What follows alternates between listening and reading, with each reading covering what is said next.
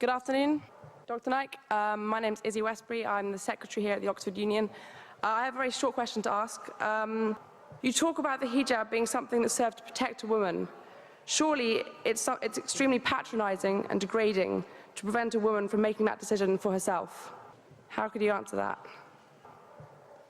What's the question, sister? I said, in your speech, you talk about the hijab being something that serves to protect a woman. But how is it not extremely patronizing and degrading in not allowing the woman to make that decision herself? Sister posed a very good question, that when I say that hijab is required for a woman, isn't it not degrading for the woman to patronize it? Isn't it degrading? If you read the Quran and Islam has prescribed hijab. That means the woman should be covered. The only part that can be seen are the face and the hands up to the wrist. This is for the modesty. And it is not only mentioned in the Quran, it is also mentioned in the Bible. If you read the Bible in the 1 Timothy, chapter number 2, verse number 9, it says that women should be dressed up with shamefacedness.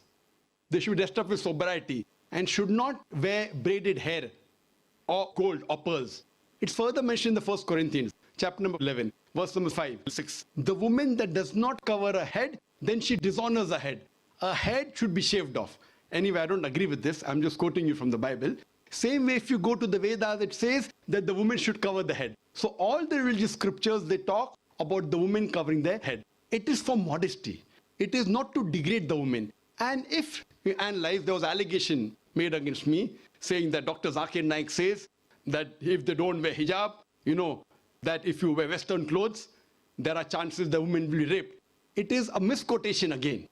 What I said, that if women wear revealing clothes, they have more chances of being raped. What I was doing, the same newspaper, Sunday Times, which spoke against me 1 year before, on the March of 9th, 2009, Sunday Times carried an article. In Britain, 1 out of 7 feel that the women who wear sexy revealing clothes, she should be hit. I'm sorry, I don't agree with it. This is the statistics that was given in the Sunday Times on the 9th of March 2009, that in Britain, 1 out of 7 Britishers believe that the women who wear revealing and sexy clothes should be hit. I disagree with this. Furthermore, one more article came in 2005 in the same newspaper, Sunday Times. It said that 26% of the Britishers, they feel that wearing revealing clothes is partially or totally responsible for the rape. So what I say, that the more modestly you are dressed up, you are respected more. So Islam has prescribed the modest hijab for the woman, not to degrade her but to uplift her. I do agree there may be cultural differences. Islam cannot force anyone to adopt it. There are cultural differences. For example, I'll give you an example. That some societies, what they feel, that even looking at a woman is immodest. Some societies feel looking is no problem, but touching a woman is immodest. Some of the societies feel shaking hand is no problem. Some societies feel kissing no problem. Some societies feel doing anything as long as both agree is no problem. Different societies and different cultures have got different rules and regulations.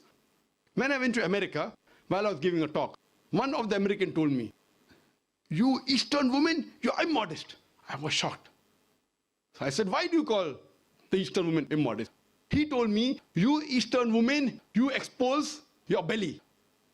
So in America and Western country, exposing belly is immodesty. In India, exposing belly is not immodesty, wearing shorts is immodesty. So what I've realized, sister, there's different culture, there's different system.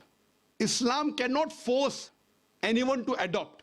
It's clearly mentioned in the Quran in Surah Baqarah, chapter number 2, verse number 256, La ikraha fid din, there is no compulsion in religion. But if some women want to adopt the hijab because they feel modest and they feel respected, I feel no other woman should disagree. And when I've been to UK, I've seen hundreds and thousands of women who do cover their hair and who feel that they are uplifted because of this modesty.